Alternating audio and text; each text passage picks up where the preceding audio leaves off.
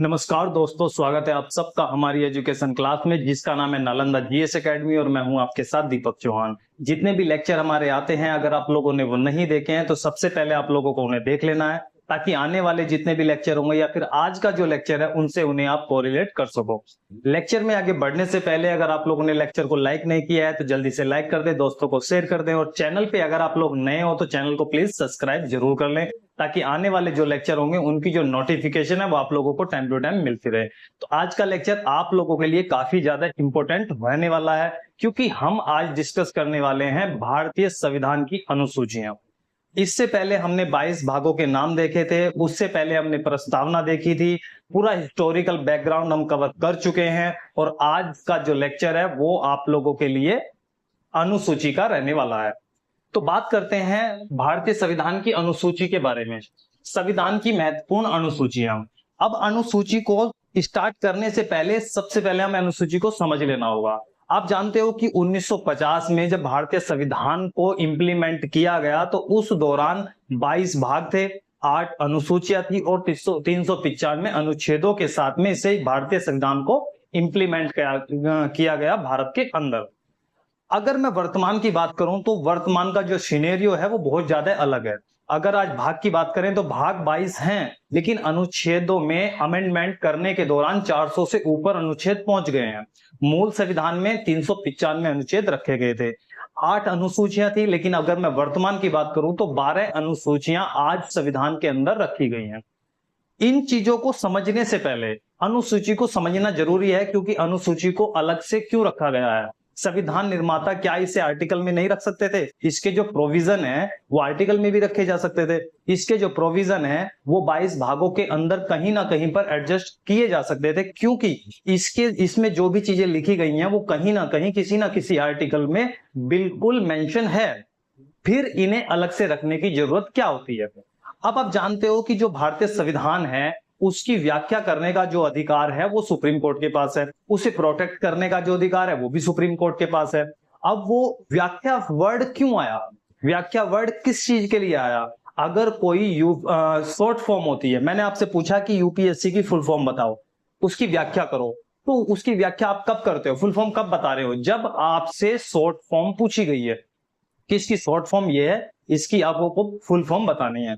वैसे ही जो व्याख्या है वो जिन शब्दों की व्याख्या को विस्तार से रखा गया है उन्हें कहां पे रखा गया है? अनुसूची के अंदर व्याख्या की गई है क्योंकि आर्टिकल शॉर्ट फॉर्म में बनाए गए हैं, इसीलिए अनुच्छेदों की जो व्याख्या है वो करने का अधिकार सुप्रीम कोर्ट को दिया गया है कि जैसे जैसे केस आते जाएंगे उन केसों के अकॉर्डिंग सुप्रीम कोर्ट उनकी व्याख्या करता जाएगा।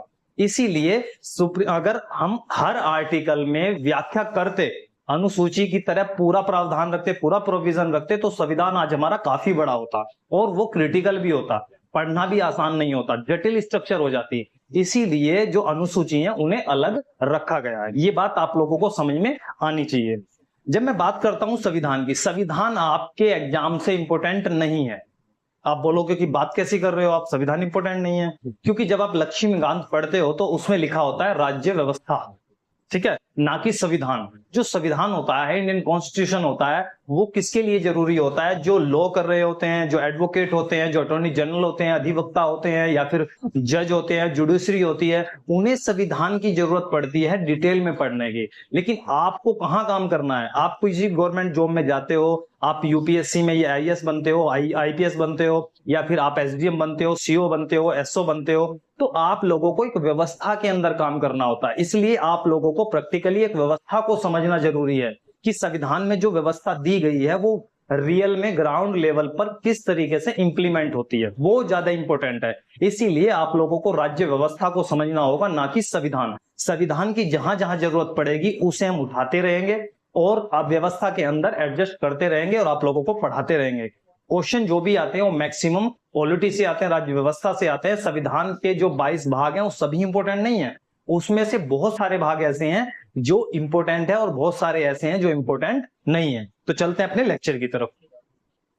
संविधान की महत्वपूर्ण अनुसूचियां। जब संविधान हमारा लागू हुआ था तो उस वक्त जो अनुसूची थी वो 8 अनुसूची इसकी थी।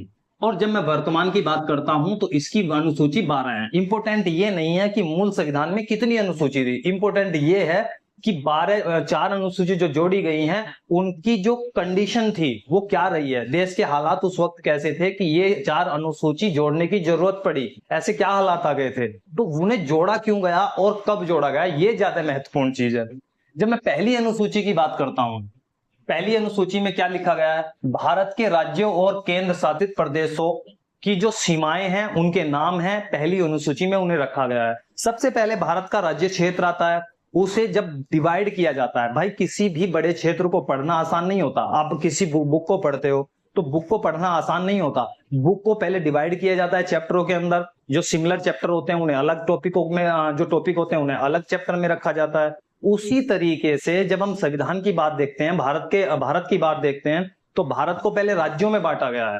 राज्य से भी जो और छोटी जगह थी, जो प्रोस्पेयर नहीं थे, राज्य बनने लायक जगह नहीं थी, तो उन्हें केंद्र शासित प्रदेश बना दिया गया, वो केंद्र के अंदर डायरेक्ट कर दिए गए। तो सबसे पहला जो अनुसूची है उसमें यही रखा गया है कि भारतीय के जो राज्य हैं, भारत के जो राज्य हैं उनके नाम क्या रहेंगे, उनकी सीमाएं कहाँ रहेगी, कितनी रहेगी, और जो केंद्र शासित प्रदेश है उनकी सीमा क्या रहेगी, उनके नाम क्या रहेंगे। ये करना इसलिए भी महत्वपूर्ण हो जाता है क्योंकि अगर एक राज्य की सीमा आप लोगों ने डिसाइड नहीं करी है तो दूसरे राज्य से उसके मतभेद बढ़ जाएंगे, इसीलिए आप लोगों को उसकी जो सीमाएं हैं वो तय करने की बहुत ज्यादा जरूरत है, वरना तो आपस में कॉन्फ्लिक्ट हो जाएगा।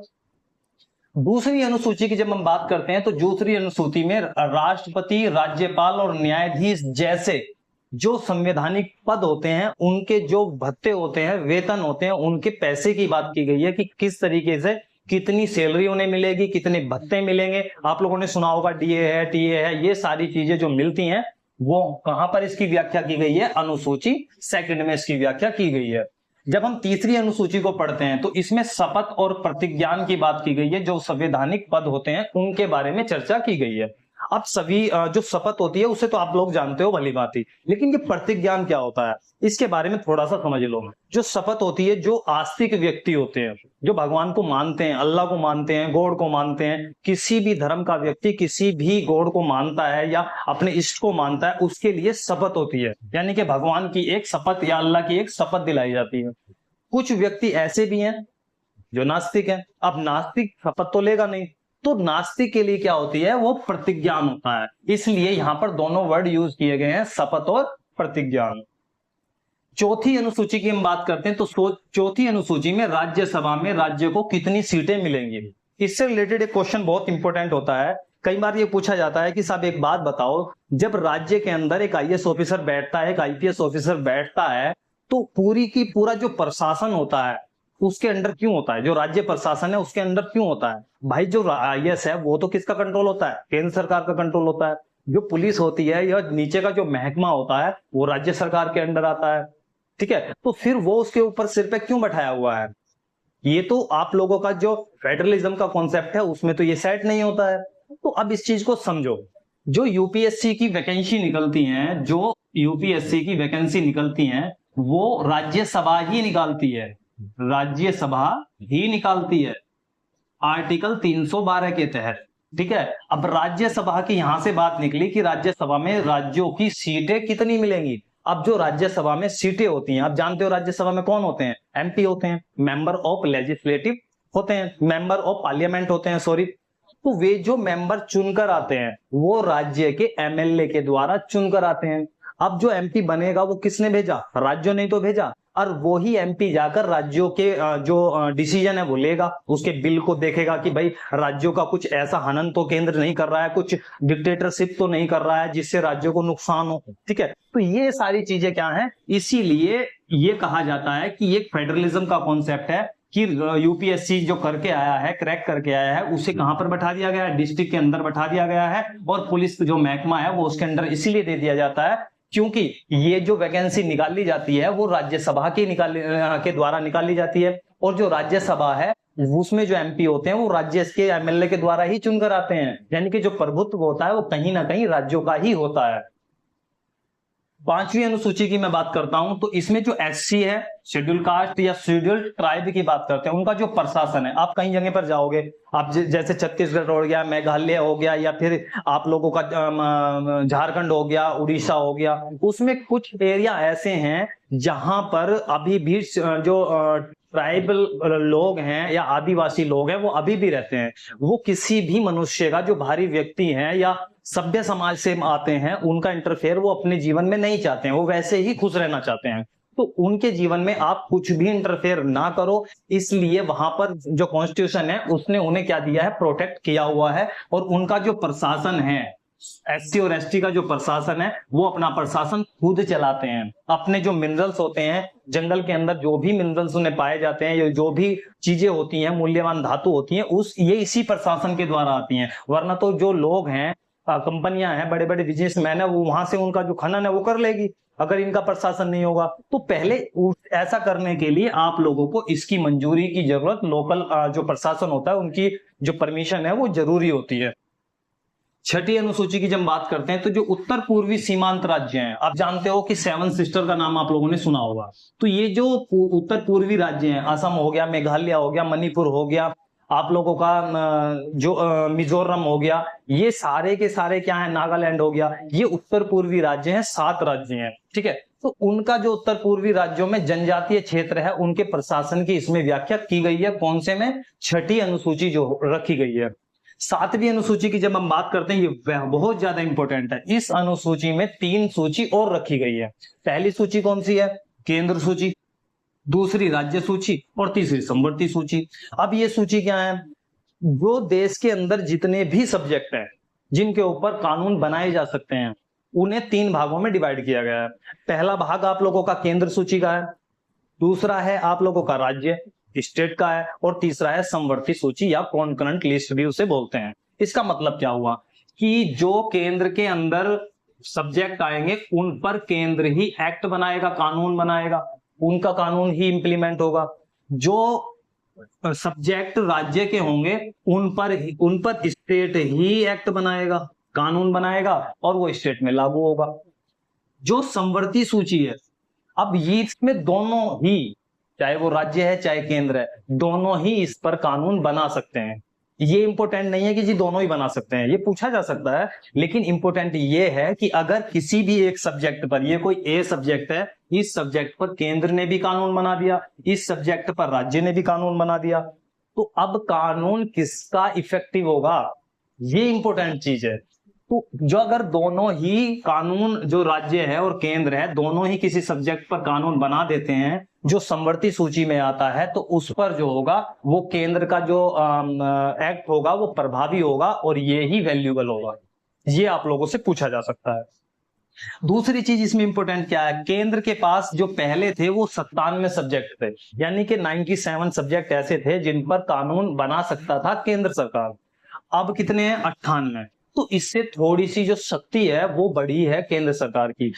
अगर मैं राज्य की बात करूं, राज्य के पास पहले 66 सब्जेक्ट थे, अब उसके पास में 61 सब्जेक्ट है, यानी कि जो राज्यों की शक्ति है वो घटाई गई है। और इसी से आप लोगों को पता चलता है कि क्या केंद्र सरकार राज्यों को दबा रही है, क्या केंद्र सरकार उन पे अपनी तानाशाही दिखा रही है, किसी ना किसी एक इनडायरेक्ट या फिर डायरेक्टली। तो यहीं से पता चलता है कि जो राज्य है उनकी शक्ति कहीं ना कहीं कम की गई है, क्योंकि उनके 66 सब्जेक्ट पहले थे, अब उन्हें 61 सब्जेक्ट दिए हुए हैं। बाकी जो बचे हुए सब्जेक्ट हैं, कितने? 5 सब्जेक्ट, उसमें से एक सब्जेक्ट को केंद्र को दे दिया गया है, और जो बाकी बचे सब्जेक्ट हैं उन्हें समवर्ती सूची में रखा गया है। और इनडायरेक्टली ये कहने की कोशिश की गई है कि जो समवर्ती सूची में सब्जेक्ट राज्यों से लेकर दे दिए गए हैं, तो वो कहीं ना कहीं समवर्ती सूची में नहीं, ये केंद्र को ही दे दिए गए हैं। क्यों? क्योंकि अभी हमने देखा कि केंद्र का जो कानून होता है वो कहीं ना कहीं इफेक्टिव होता है, राज्यों से ज्यादा वो पावरफुल माना जाता है, और वही इंप्लीमेंट भी होगा। 8वीं अनुसूची की बात करते हैं तो इसमें मान्यता प्राप्त भाषाओं का जिक्र किया गया, उनकी व्याख्या की गई है। आज हम देखते हैं कि जो मान्यता प्राप्त भाषाएं हैं, लैंग्वेजेस हैं, वो 22 भाषाओं का इसमें जिक्र किया गया है। तो अब अगर आपसे क्वेश्चन पूछता है, वो दे देगा कि 7वीं अनुसूची में क्या है, 8वीं अनुसूची में क्या है, छठी में क्या है, 4 ऑप्शन बना देगा आप लोगों के लिए। भाषा पूछ लेगा या फिर आप लोगों से सूची पूछ लेगा, सब्जेक्ट पूछ लेगा। तो आप लोगों को पता होना चाहिए कि 8वीं अनुसूची में क्या रखा गया है, भाषाएं रखी गई है। नवी अनुसूची। अब यहां से चीजें इंपॉर्टेंट शुरू होती है, क्योंकि मौलिक जो मूल संविधान था उसमें 8 अनुसूची रखी गई थी और 9वीं जो अनुसूची है वो यहीं से जोड़ी गई है। आप जानते हो कि फंडामेंटल राइट्स, इसके बारे में थोड़ा सा समझ लेते हैं। फंडामेंटल जो मेंटल राइट्स होते हैं वो 12 से 35 तक रखे गए हैं, और जो फंडामेंटल राइट्स हैं वो नागरिकों को और विदेशी नागरिकों को अधिकार देते हैं सरकार से या उनकी एजेंसियों से। ठीक है, अगर आपके जो अधिकार हैं उनका हनन केंद्र सरकार या राज्य सरकार या लोकल गवर्नमेंट किसी न किसी रूप में डायरेक्ट या इनडायरेक्ट उनका वॉयलेशन करती है, तो आप सुप्रीम कोर्ट जा सकते हो, आप हाई कोर्ट जा सकते हो उन्हें प्रोटेक्ट कराने के लिए। ठीक है, तो इसमें यही चीज कही गई है कि जो संपत्ति का अधिकार था, क्या था, जो आप लोगों का संपत्ति का अधिकार था वो पहले क्या था, वो आप लोगों का मौलिक अधिकार था। अब उस समय पे गवर्नमेंट ने एक भूमि सुधार कानून चलाया था, भूमि सुधार जो योजना थी वो लेकर आई थी, यानी कि जिनके पास में ज्यादा भूमि थी जोत की, उनसे ले लेकर गरीबों को दी जा रही थी। अब भूमि जो सुधार था वो ऐसा किया तो गया, लेकिन जिनके पास भूमि थी, भूमि का अधिकार तो फंडामेंटल राइट्स था, वो अपनी भूमि कैसे दे देंगे, वो दे नहीं रहे थे। वो सारे इकट्ठे होकर पहुंच गए कोर्ट, सुप्रीम कोर्ट। अब सुप्रीम कोर्ट ने, जब ये सुप्रीम कोर्ट पहुंचे तो उसमें क्या है, सुप्रीम कोर्ट उनका प्रोटेक्ट करेगा, भाई संपत्ति तो आप नहीं छीन सकते।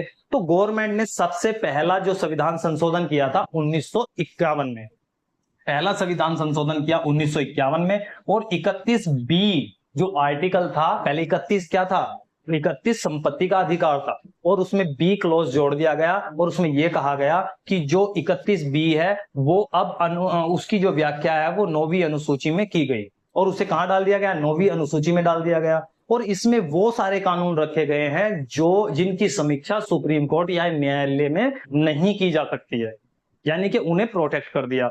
अब जो लोग थे जिनसे जमीनें ली जा रही थी, अब वो सुप्रीम कोर्ट भी नहीं जा सकते थे क्योंकि गवर्नमेंट ने उनके हाथ काट लिए थे।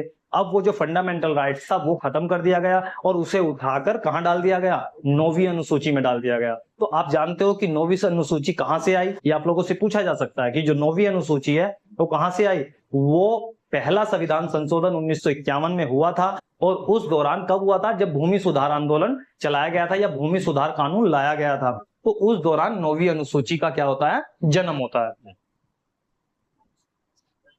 उस समय पे इसमें सबसे पहले 13 कानून डाले गए थे, ये याद रखना, पूछा जा सकता है। 13 कानून पहली बार अनुसूची 9 में डाले गए थे।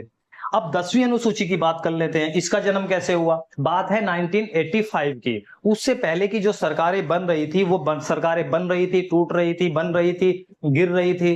अब आया राम गया राम वाली कंडीशन चलती आ रही थी। अब ये हल निकाला जाना सोचा जा रहा था कि भाई ऐसा क्या करें जो गवर्नमेंट स्टेबल बने। कोई भी स्टेबल गवर्नमेंट ही एक स्टेबल कंट्री को जन्म दे सकती है, उसे आगे लेकर चल सकती है। अगर गवर्नमेंट टाइम टू टाइम पर गिरती रहेंगी, पहले ही गिरती रहेंगी, तो क्या होगा, देश का नुकसान होगा। और ऐसा ही हो रहा था। तो 1985 में 52वां संविधान संशोधन किया गया। कौन सा किया गया, 52वां संविधान संशोधन किया गया। प्रधानमंत्री कौन थे, राजीव गांधी। उन्होंने कहा गया, इसका नाम रखा गया दल बदल कानून, यानी कि जो व्यक्ति एक दल से चुनकर आता है, उसके पर्चे पर चुनाव जीत कर आता है, कल को अगर उसे कहीं से और एक्स्ट्रा बेनिफिट मिलते हैं तो वो अपनी सरकार को गिराकर दूसरी सरकार में चला जाता था।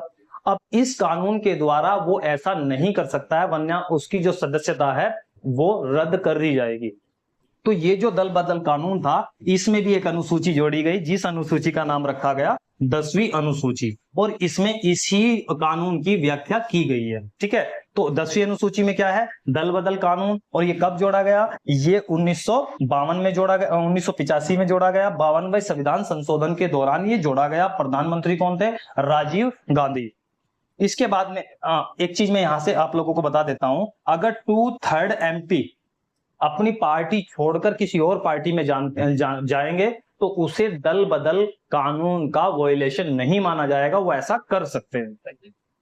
11वीं अनुसूची, जब लोकल गवर्नमेंट का जन्म हुआ। आप जानते हो कि जो नीति निर्देशांक तत्व हैं, राज्य के नीति निर्देशक तत्व हैं, उसमें गांधी जी ने, जो गांधीवादी विचारधारा में पढ़ते हैं, उसमें उन्होंने साफ लोकल गवर्नमेंट के जो चर्चा है वो की है थोड़ी सी, कि भाई आप लोकल गवर्नमेंट के बारे में भी सोचिए, क्योंकि जो गांव का व्यक्ति है वो अपनी जो प्रॉब्लम्स है वो प्रॉब्लम शहर तक नहीं पहुंचा सकता, केंद्र तक नहीं पहुंचा सकता, वो अपनी प्रॉब्लम उसे ही पता है। इसलिए जो लोकल गवर्नमेंट है वो ज्यादा इफेक्टिव होती है कि आसपास में क्या चल रहा है, क्या विकास होना है, क्या परेशानी उनकी है। आप जानते हो कि जब साइमन कमीशन आया था तो साइमन कमीशन में क्या प्रॉब्लम थी? साइमन कमीशन का विरोध इसीलिए हुआ था बॉम्बे में क्योंकि उसमें सारे के सारे लोग अंग्रेज थे। भाई लोकल गवर्नमेंट जो लोकल एरिया है, प्रॉब्लम तो भारत वालों को पता है ना। आप कानून हमारे ऊपर इंप्लीमेंट कर रहे हो, थोप रहे हो, इम्पोज कर रहे हो, तो जब आपको पता ही नहीं है हमारे बारे में तो आप ऐसा कैसे कर सकते हो? तो जब केंद्र को, राज्यों को लोकल जो एरिया है उसका पता ही नहीं होगा क्या परेशानी है, तो वो आप कैसे कर सकते हो? उनके ऊपर कोई भी कानून कैसे इंप्लीमेंट कर सकते हो? तो इसीलिए लोकल गवर्नमेंट का एक कॉन्सेप्ट लेकर आया गया जिसे पंचायती राज कहा गया या फिर नगर पालिका, नगर निगम के नाम से इसे जाना जाता है। अब इसे इंप्लीमेंट करने के लिए 11वीं अनुसूची में इसे रखा गया है। क्या किया गया? 73वां संविधान संशोधन 1992 में किया गया, संविधान में संशोधन किया गया और 11वीं अनुसूची को जोड़ा गया। ठीक है, अब 11वीं अनुसूची में क्या है? 11वीं अनुसूची में पंचायती कार्यों की सूची रखी गई है कि पंचायत को कितने कार्य दिए गए हैं। जब हम 12वीं अनुसूची की बात करते हैं तो 12वीं अनुसूची में नगर पालिका के कार्यों की सूची है और ये किसके द्वारा जोड़ा गया था? 74वां संविधान संशोधन 1993 में ये लाया गया था। ठीक है, ये चीज आई। अब इससे इंपॉर्टेंट चीज एक और भी है कि क्या अभी वर्तमान में भी 9वीं अनुसूची में जो एक्ट पड़े हुए हैं, कानून पड़े हुए हैं, क्या न्यायालय उनकी समीक्षा नहीं कर सकता? भाई बड़ी बात है कि वर्तमान में क्या स्थिति है। तो वर्तमान में क्या स्थिति है, जब आप जानते हो केशवानंद भारती केस आया था 24 अप्रैल 1973 के अंदर, तो उसने कहा कि आज के बाद में, यानी कि जो बेसिक स्ट्रक्चर है 9वीं अनुसूची में, जो भी सब्जेक्ट पड़े हुए हैं, जो भी कानून पड़े हुए हैं, अगर वो बेसिक स्ट्रक्चर को वायलेट करते हैं, उनका स्ट्रक्चर चेंज करने की कोशिश करते हैं, तो उनकी समीक्षा सुप्रीम कोर्ट जरूर करेगी। ये बात उसने बोल दी और सेम बहुत फेमस केस था, हम आगे पढ़ाएंगे इसे। इसके बाद में क्या था? एक केस आया IR केलगांव बनाम तमिलनाडु 2007 और ये भी फेमस था। इसने इसे आगे बढ़ाया। इसने कहा गया कि भाई जो भी एक्ट इसके अंदर पड़े हैं तो वो 1973 का जो केशवानंद भारती केस था उसके बाद में जो भी एक्ट डाले जाएंगे इसके अंदर, उनकी सबकी समीक्षा सुप्रीम कोर्ट कर सकता है और जो उससे पहले के एक्ट है उनके बारे में भी वो थोड़ा सा ध्यान रखेगा कि वो कुछ ऐसा तो नहीं कर रहे हैं जिससे संविधान की बेसिक स्ट्रक्चर का वॉल्यूशन हो रहा हो। ठीक है, तो ये रहा आज का आप लोगों का क्या लेक्चर, जिसमें हमने संविधान की महत्वपूर्ण अनुसूचियों की बात करी है और अगले लेक्चर में हम चीजों को आगे बढ़ाएंगे। तो बने रहिए नालंदा जीएस एकेडमी के साथ। तो आज के लिए इतना ही। अगर आप लोगों ने वीडियो को लाइक नहीं किया है तो वीडियो को लाइक कर दें, दोस्तों को शेयर कर दें। चैनल पे अगर आप लोग नए हो तो चैनल को सब्सक्राइब कर दें। तो मिलते हैं नेक्स्ट लेक्चर में, जब तक के लिए दीजिए हमें इजाजत। जय हिंद, जय भारत।